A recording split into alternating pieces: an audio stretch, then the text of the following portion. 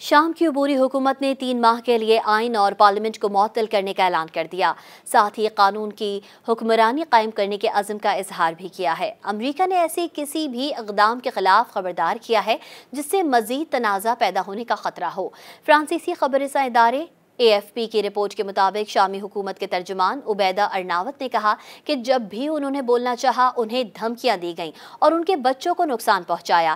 عبیدہ ارناوت نے کہا کہ آئین کا جائزہ لے کر ترامیم پیش کرنے کے لیے عدالتی اور انسانی حقوق کی کمیٹی قائم کی جائے گی۔ شام کے سرکاری ٹیلی ویژن کے ہیڈ کوارٹرز میں گفتگو کرتے ہوئے ترجمان عبیدہ ارناوت نے کہا کہ عبوری حکومت قانون کی حکمرانی قائم کرے گی۔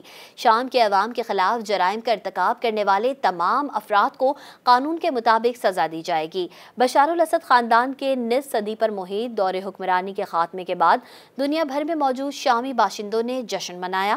انہوں نے الزام عائد کیا کہ اسد کے اقتدار کے دوران مشتبہ مخالفین کو جیلوں میں ڈالا گیا یا ہلاک کیا گیا۔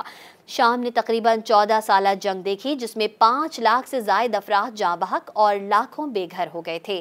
شام میں نئے حکمرانوں نے بشار الاسد حکومت کے متاثرین کے لیے انصاف کا وعدہ بھی کیا ہے۔ HTS کے رہنما ابو محمد الجولانی نے اس عزم کا اظہار کیا ہے کہ قیدیوں پر تشدد میں ملوث اہلکاروں کو معاف نہیں کیا جائے گا۔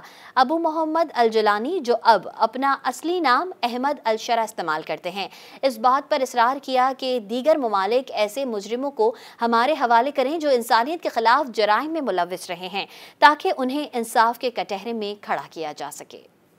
مزید نیوز اپ ڈیٹس اور ڈیجیٹل سٹوریز کے لیے سبسکرائب کریں ڈان نیوز پاکستان۔